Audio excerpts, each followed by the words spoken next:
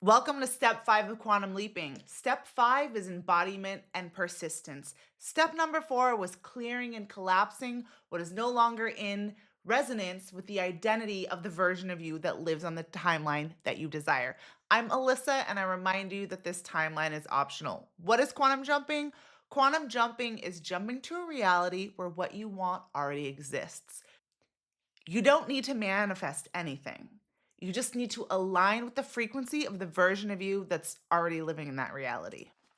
Step number 5 is embodiment and persistence. This is where you are doing active identity work. You have had the desire, you've made a decision to quantum leap, you've become aware of what is in vibrational dissonance between the version of you that you are now and the version of you living on that timeline. You've cleared, collapsed, let go of people, places, things, beliefs, and identities that are not in alignment with the version of you that you're becoming. This is where the heavy lifting is involved. Step number 5 is all about embodiment. Identity work is important in quantum leaping. You need to see yourself as the version of you that's already living on that timeline. You need to cultivate the beliefs that that version of you has about reality and about their life. You need to raise your frequency up to match the higher vibration of the version of you that's already living on that timeline. There's a version of you existing on the timeline where what you want exists. Quantum physics shows us that there are unlimited possibilities, unlimited parallel universes. That basically what you want is a probability, a possibility, and actually exists on another timeline. There's versions of you doing all sorts of things. What determines what timeline you live in? Your identity, your beliefs about reality and about yourself, and your vibrational frequency. So, in step number 5, you need to cultivate the identity of the version of you living on that timeline. You've let go of what's no longer serving you. You need to start taking aligned actions as the version of you that lives on this timeline. This is where the law of assumption comes into place. You're just assuming that what you want already exists and that you are collapsing timelines to be on the same vibration of that timeline. Quantum leaping is not linear. When we are quantum leaping and we actually get to the reality where what we want exists, reality has a lag time. So once you've made a decision to be a new you, once you have a new vibrational frequency, you become in alignment with the version of you that can make different decisions and actually live in that reality. My favorite example that I always use is, let's say you're quantum leaping to the reality where you live in your dream home. You don't close your eyes, open your eyes, wake up, and you're in that house. What you do is you do collapse timelines and you get in the same frequency as the version of you that lives in their dream home. However, it's almost like time has to go backwards. You still have to experience it linearly, where you make different decisions, you act in a certain way, you have beliefs about reality, you connect with the people that help you to manifest your dream life, whether that's connecting with money or connecting with a person who already lives there or connecting with the right real estate agent. The version of you that lives in that reality had to take steps to get there, but what was more important was their vibrational frequency. Once you start to embody their vibrational frequency, you align with that version of you that made those decisions, that has that identity of the version of you that can have their dream home or whatever it is that you want. You collapse the timelines, and then it looks like life is happening linearly. But what happened first? What happened first was your frequency shifted, your identity shifted, and your beliefs shifted. Persistence is so important in this step. And that's why I bring in the law of assumption. Neville Goddard said, persist in the desired reality. Assume the feeling of the wish fulfilled and then persist in the assumption that it's already done. Start to feel like that version of you. You want to shift your frequency, and Abraham Hicks is great with this because they talk about finding better feeling thoughts. The version of you that's living in the reality that you most love has different feelings than you have because they are obviously happier in whatever area of their life that you are trying to shift to. And it's not that they feel more excited, but what they feel that these things are normal for them. They feel better on a consistent basis because they're living at a higher vibrational frequency. They're happy that they're with their soulmate. They're happy that they're in their dream life. They feel confident that they have their dream job. They feel healthy and strong and feel good with the food they eat. So you want to cultivate the feelings of having what you want before reality shifts for you. You also want to cultivate the beliefs. You want to believe that everything is always working out for you. You want to have different beliefs about relationships if you're quantum leaping to the reality where you're with your soulmate. You want to have different beliefs about yourself. You want to have different beliefs about reality. You want to start to understand that reality is a mirror and it's reflecting back to you what you believe about yourself and what you believe about reality as a whole. When I say persistence, I don't mean obsession, because if you are obsessing about what you want, you're also obsessively putting out the vibration that it doesn't yet exist, that it's not real, that you don't have the identity of the version of you that's living in that reality. So you want to assume that you live in that reality. You want to take aligned actions that that version of you would take. You want to say yes to things they would say yes to. You want to say no to things that they would say no to. You want to dress like them. You want to show up like them. You want to start to have the feelings that they would feel, but do not become obsessed, because with the law of attraction, if you start to obsess about something, you're vibrationally pushing it away from you. It's like if you're going out on a date with someone and you're really excited to go and you think that they're the person and you know that they're your soulmate and you become obsessed with them, that is not attractive. You want to feel like you are the prize and the reality that you want to live in is lucky to have you in it. You want to have the frequency and the belief that you already are that version of you and this is your normal life. Another thing about step 5 is it can get lonely. When I was in step 5, I shared in the last video, I made a decision to move. I didn't move straight to my dream home in my dream city, but I collapsed and cleared the timeline that I was currently living in. I was not happy with my house situation. The vibrations weren't matching up anymore. I did not like the city. So I made a choice to move to a city that was more in alignment with me. I started to feel better. I was embodying the version of me that lives somewhere that she likes, that is in the frequency that she likes, that feels good about where she lives, that I deserve to live in a city that I enjoy.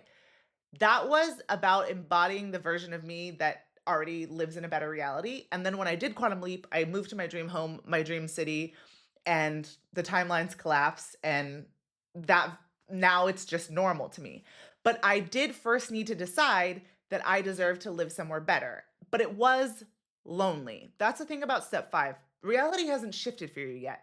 So it's not step 7, which is like the void, but I do find that these steps are kind of similar because it can seem like nothing is happening, but this is where you need to double down on your identity and your vibration.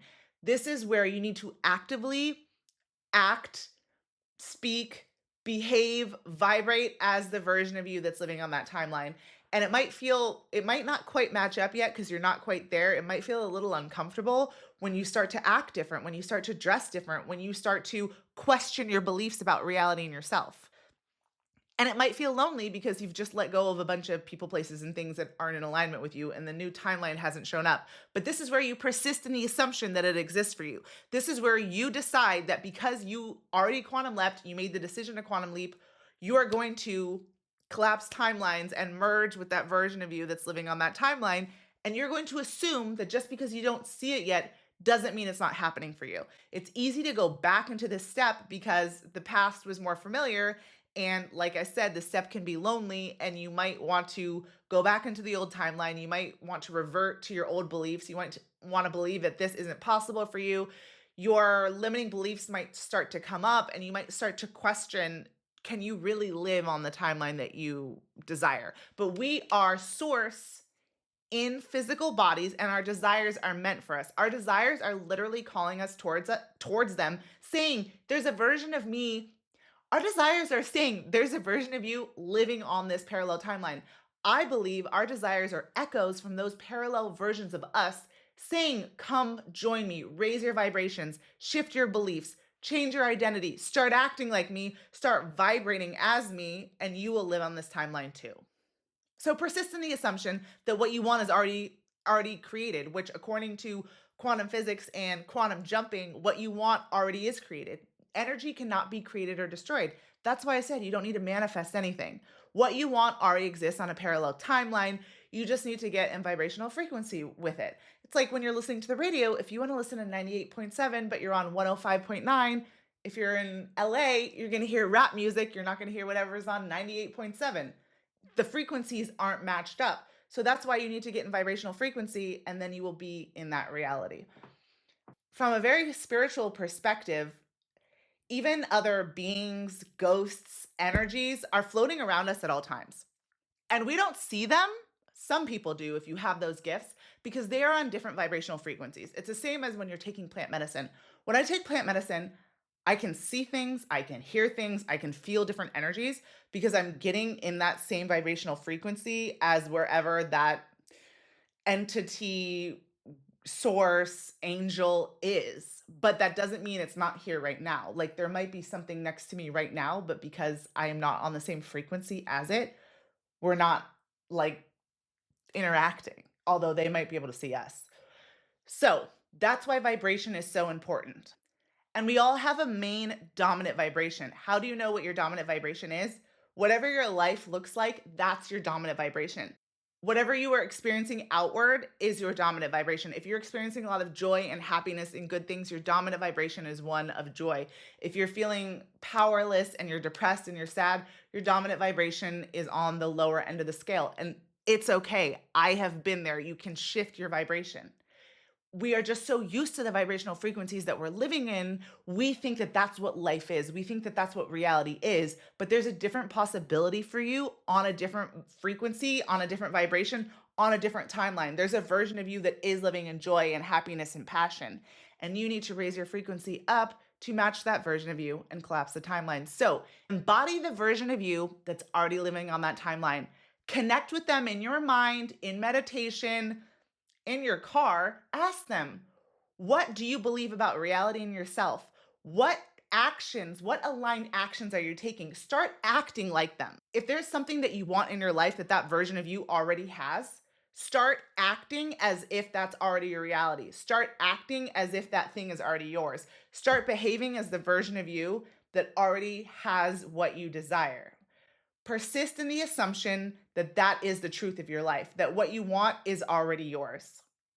You want to stabilize yourself in the new identity as much as possible because step number 6 is energetic chaos and nervous system regulation.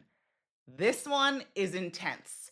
So, I promise you the next step is not boring. If you're feeling bored and you're in step number 5, just know that once you get past step number 5, stuff's about to get really weird. And this is where you really see and feel the signs of quantum leaping. This is where reality gets weird and you realize, oh shit, I actually quantum leapt. Next week, we will go into step 6. Remember, this timeline is optional. Much love.